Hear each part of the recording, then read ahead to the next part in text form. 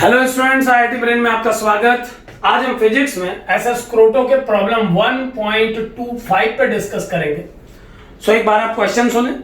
A hinged construction consists of 3 rhombi with the ratio of length of sides 3:1.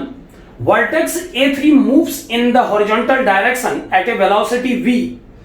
Determine the velocities of vertices A1, A2 and B2. ये सब मैं आपको चित्र में दिखाऊंगा अभी। Respectively at the instant when the angles of the construction are 90 degree। इसका मतलब 3 रोम्बस से बना हुआ सिस्टम आपको दिया गया है और उसका जो फ्रंट एंड है वो v स्पीड से मूव कर रहा है। तो उस इंस्टेंट पर आपको कुछ और टर्मिनल्स की वेलोसिटी कैलकुलेट करनी है, जिस इंस्टेंट पर ये तीनों रोम्बस 3 स्क्वायर का शेप ले लेते हैं। अब कैसा ये फिगर है, एक बार पहले इसे देखें। ये एक फिक्स स्टैंड है। इस स्टैंड से आपने एक स्क्वायर, जो कि स्क्वायर में बोल रहा हूं उस इंस्टेंट के लिए जिस इंस्टेंट पे प्रॉब्लम सॉल्व करनी है। वैसे जब ये इनिशिएट हुआ था तब ये एक रोम्बस के शेप में होगा।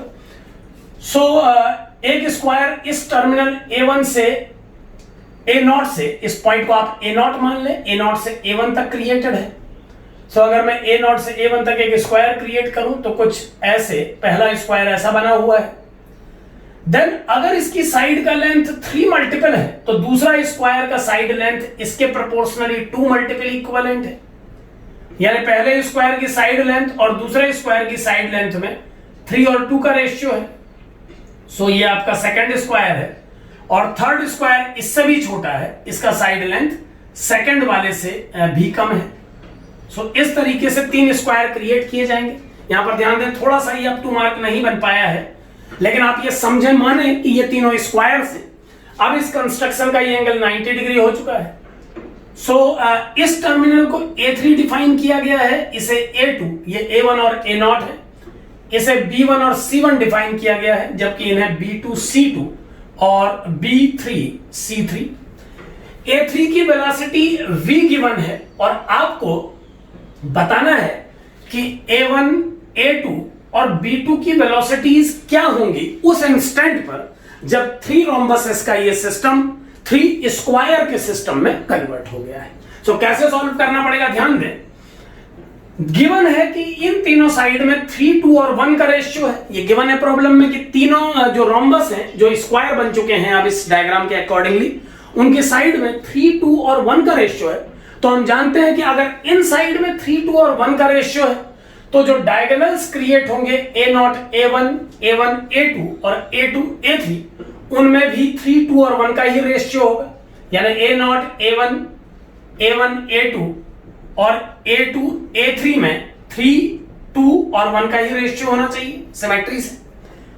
अगर स्क्वायर वाले केस में मैं आपको इसे समझाने की कोशिश करूं तो कुछ ऐसे समझें कि अगर ये साइड लेंथ x और ये x है तो इसे x√2 होना चाहिए, जबकि इसके लिए दोनों साइड लेंथ अगर y और y है तो ये y√2 और z और z के लिए z√2। तो x, y, z में अगर 3, 2 और 1 का रेशियो है तो x√2, y√2 और z√2 में भी 3 to 1 का ही रेशियो। सो इस इंस्टेंट पर जब ये स्क्वायर बन चुके हैं, इनके डायगोनल्स में, तीनों स्क्वायर के डायगोनल्स में 3, 2 और 1 का रेशियो होगा। सो इस रेशियो के बेस पे अगर हम A0, A3, A0, A2 और A0, A1 के रेशियो को डिफाइन करें तो वो क्या बनेगा, देखें।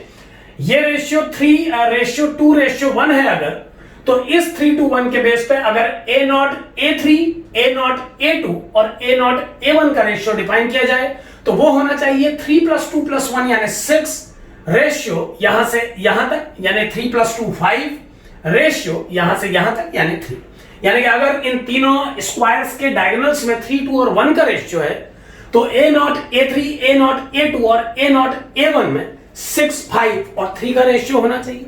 यानी इन लेंथ में 6, 5 और 3 का रेशियो है। अब मान लीजिए A0 से A3 तक की लेंथ को हम x वेरिएबल से डिफाइन कर रहे हैं।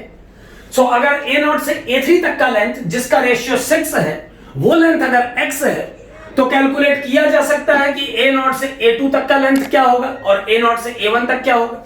इसके लिए मैं इसे रेशियो फॉर्म में अगर लिखूं तो ये बनेगा A0 A3 upon 6 equal to A0 A2 upon 5 equal to A naught A1 upon 3। अब अगर इसमें A नॉट A3 का वैल्यू x पुट किया जाए तो A नॉट A2 का वैल्यू आ जाएगा A naught A2 is equal to 5/6x, जबकि A नॉट A1 का वैल्यू आ जाएगा 3/6 ऑफ x, यानी ये वैल्यू आ जाएगा half x, A naught A2 आ जाएगा 5/6x और A नॉट A3 को इस पूरी प्रोसेस के लिए हमने x कंसिडर किया है। अब यहां ध्यान दें कि A नॉट A3 लेंथ के डेरिवेटिव का वैल्यू ही इस पॉइंट A3 की वेलोसिटी को शो कर रहा है।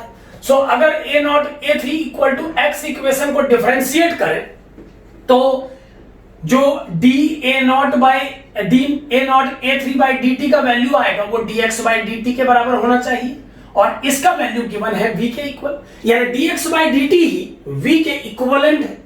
सो अगर इस कंडीशन में इस सेकंड और थर्ड इक्वेशन को भी डिफरेंशिएट किया जाए तो हमें मिलेगा dA not A2 upon dt और वो बराबर होगा 5/6 dx बाई dt के, यानी 5/6 v के, क्योंकि dx बाई dt का वैल्यू v के इक्वल है।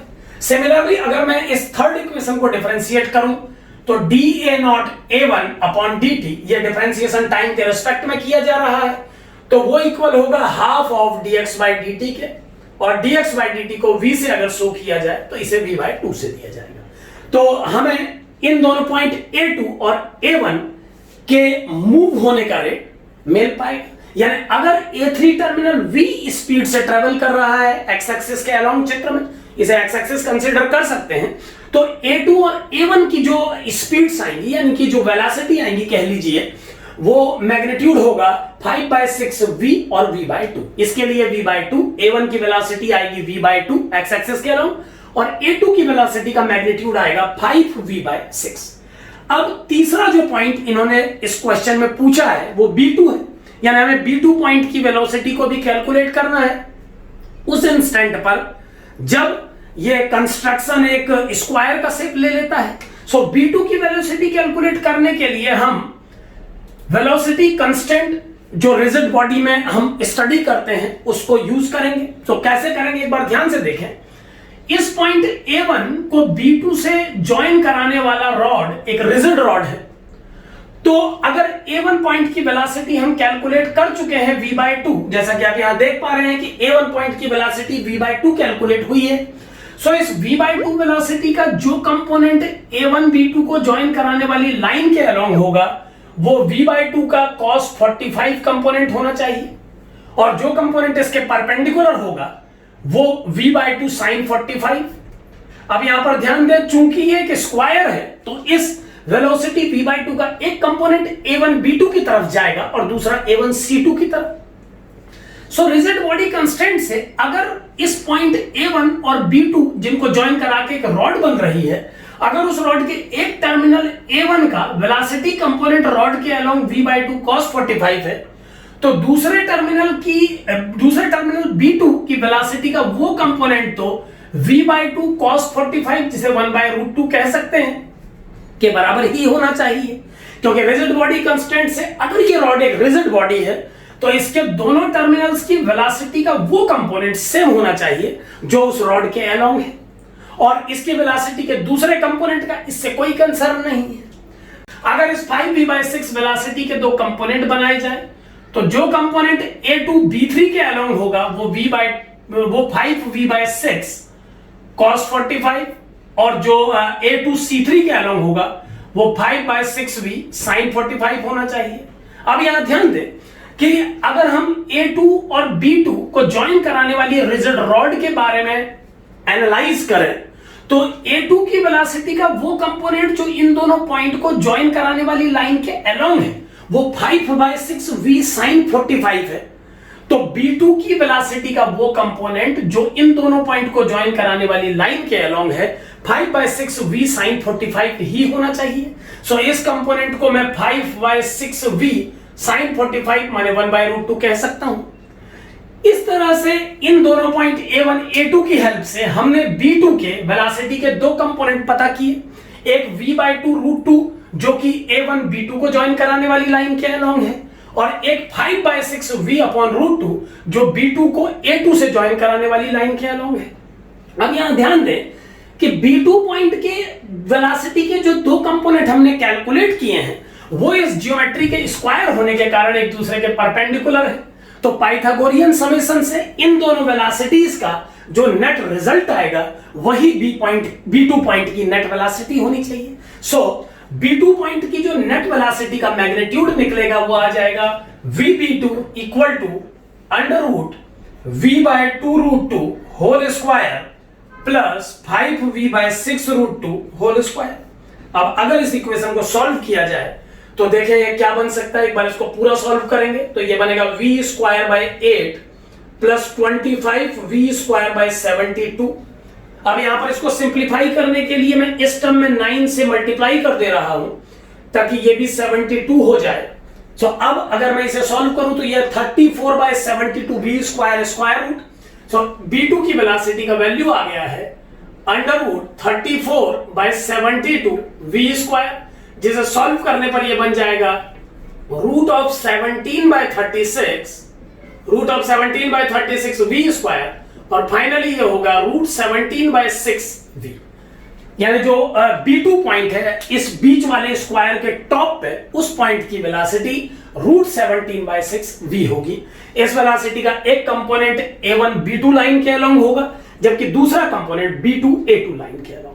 सो इस तरीके से A1 A2 की वेलोसिटी कैलकुलेट करने के बाद उन दोनों पॉइंट की वेलोसिटी के हेल्प से उस मिडिल स्क्वायर के टॉप पॉइंट B2 की वेलोसिटी को कैलकुलेट किया जा सकता है। Thank you.